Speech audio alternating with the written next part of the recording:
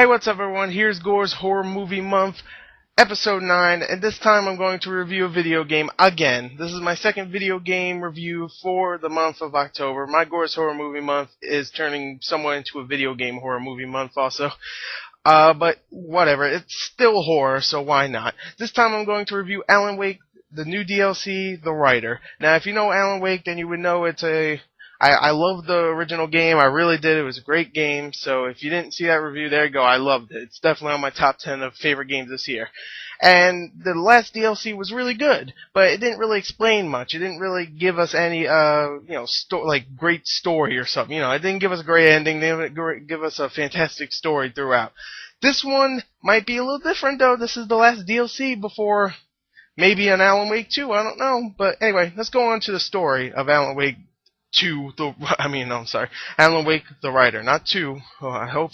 Okay, now, story in Alan Wake the Writer is, I don't want to spoil it, so I'm not going to really explain it, but I will tell you, it pretty much completes the story of Alan Wake. So if you beat Alan Wake, then pretty much, and if you played The Signal, the first DLC, then it pretty much completes that story, and I don't really want to explain it that much for all the people out there that's like, oh man, I really want to play the first game, so don't spoil it, don't come out of nowhere. I mean, I could say spoiler, but then everybody's going to stop watching my review. I don't want that to happen. I don't want it to happen. So, I'm just not going to explain it, but I will say it is a fantastic story in this one.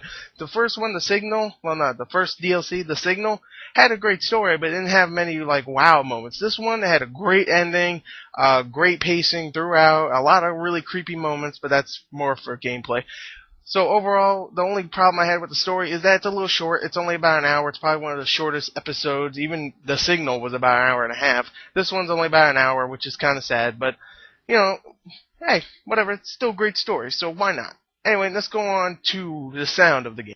Okay, now the sound of the game, just like the story, is fantastic. The voice acting for Alan Wake, and just not that many characters in this one. There's about 3 or 4, but the voice acting still is fantastic, just like the original one. And the environmental sounds are great as usual. And really, there's not much else to talk about in the sound. The guns sound like the guns. I mean, the shotgun sounds like a shotgun. Just the environmental sounds and the sound effects themselves sound really, really good. And the voice acting is fantastic. So, let's go on to the graphics of this DLC. Okay, now the graphics in Alan Wake the Writer are fantastic. Let me just say that. If you played the first game, not much different in this one. It still looks fantastic. The environments, the lighting effects are amazing. Some of the best lighting effects out there ever of all time. Better than some movies, even though they're using real light. Ha ha ha, how you like that? And I mean, the graphics are fantastic. Now, of course, the character models, like a lot of people have been saying, aren't the greatest, but they're still good. I really do like them. I like how Alan Wake himself looks. I like how his friend Barry looks. And, that's really all you get in this DLC. You only get really 2 characters that you see, except another guy, which I won't spoil because it's kind of a spoiler. Barry is Alan Wake's friend. Not really a spoiler. He's just his friend.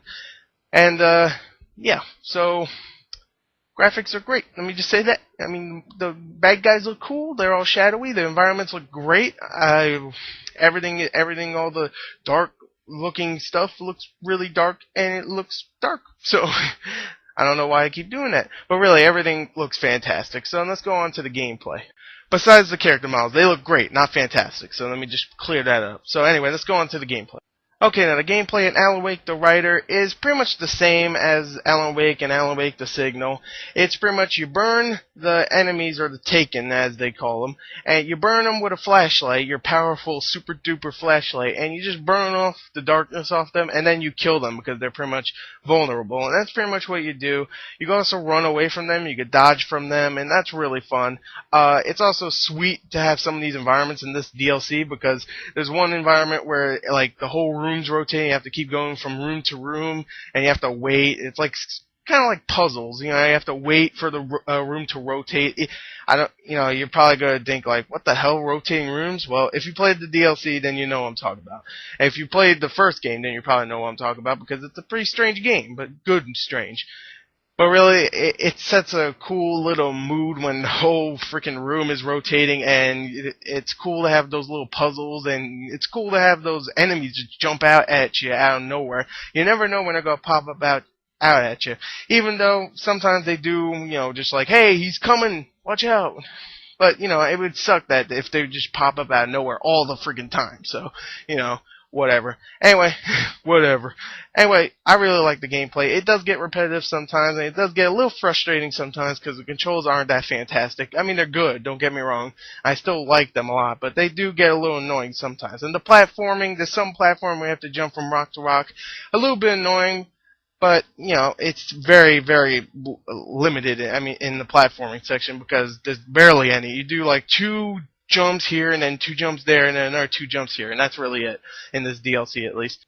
So overall, I definitely recommend you pay the $7 or 560 Microsoft points to buy this DLC if you really, really loved Alan Wake, or if you just liked Alan Wake. I would still think it would, you know, you should get it because it's a great DLC and it's a great end to the series. This is pretty much the last DLC. Remedy has said this is the last DLC.